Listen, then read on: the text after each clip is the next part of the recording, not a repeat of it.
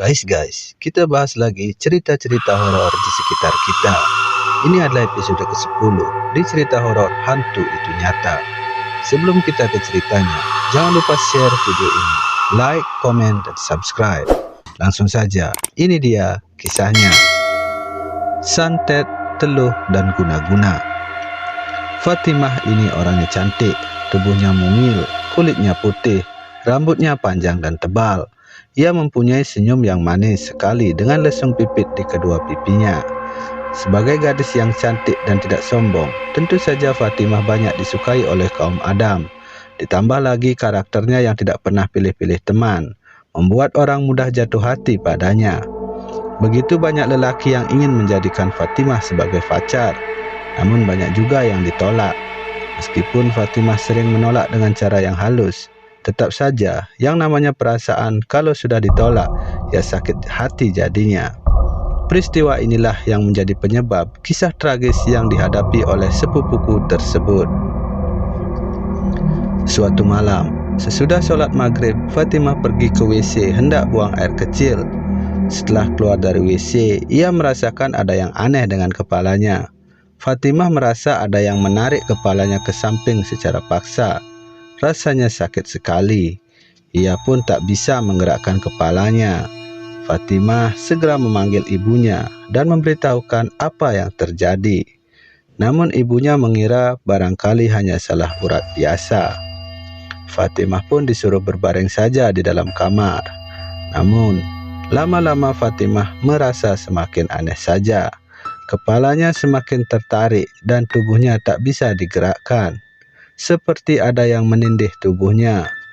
Ia pun berteriak-teriak tak karuan.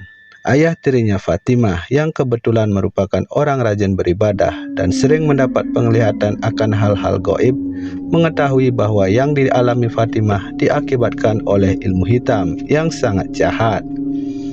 Tanpa pikir panjang, ibu Fatimah segera memanggil seorang kiai yang sudah terkenal akan kekuatan doanya dalam melawan ilmu hitam.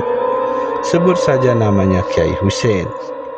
Setelah Kiai Husein dipanggil, ia pun segera duduk di sebelah Fatimah dan membaca doa-doa. Kemudian ia seperti berkomunikasi dengan makhluk gaib yang tak kasat mata. Saat itu Fatimah merasa tubuhnya benar-benar tidak berdaya. Bahkan saat menangis pun ia tidak bisa mengeluarkan suara. Matanya pun susah berkedip. Dalam perjuangannya melawan sakit, disitulah pertama kalinya Fatimah melihat makhluk gaib.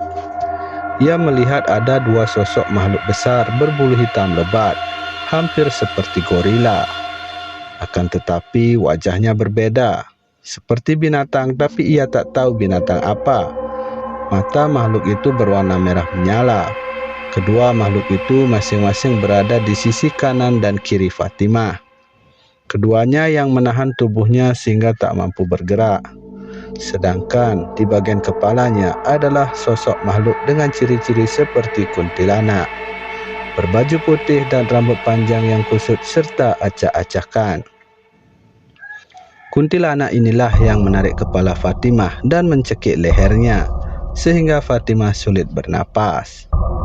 Tak bisa ia lukiskan wajah kuntilanak itu. Pokoknya hancur sehancur-hancurnya. Nafas Fatimah tinggal satu-satu. Ia sekarat. Terbayang kembali kesalahan yang pernah dilakukannya, sebab ia mengira bahwa inilah ajalnya. Malam inilah ia akan mati di tangan makhluk-makhluk ini. Bisa ia rasakan betapa siksanya sekarat itu. Jam menunjukkan pukul 12 malam. Ayah tiri, ibu, dan kakek Fatimah melaksanakan sholat malam dan tak henti berdoa untuk kesembuhan Fatimah. Si kiai juga masih bergelut dengan doa-doa yang dibacanya. Selanjutnya yang terjadi adalah Fatimah merasakan tubuhnya sangatlah ringan.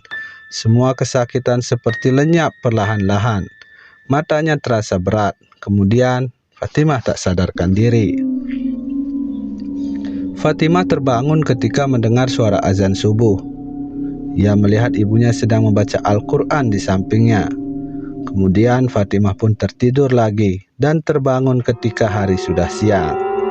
Saat itu Fatimah merasa tubuhnya sudah segar bugar. Fatimah pun bertanya pada ibunya apa yang sebenarnya terjadi. "Kamu disantet, nak," kata Kiai. "Ada seseorang lelaki yang kamu tolak cintanya. Lelaki itu kemudian menyuruh seorang dukun untuk menyantetmu. Maka dikirimlah makhluk gaib yang jahat untuk menyiksamu. Beruntung Kiai sangat kuat imannya, sehingga ia mampu mengalahkan guna-guna yang dikirim dukun itu. Insya Allah, kamu sudah sembuh total sekarang," jelas ibunya Fatimah. Semenjak kejadian itu, Fatimah lebih sering sholat dan berdoa pada Allah agar dilindungi dari segala macam kekuatan jahat. Ia juga lebih berhati-hati dalam mengeluarkan kata-kata kepada orang lain. Apa yang ia alami adalah pelajaran yang sangat berharga sekaligus menakutkan.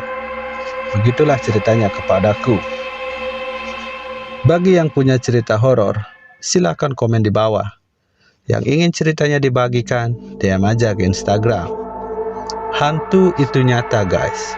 Tetap hati-hati dan jangan lupa berdoa. Bye.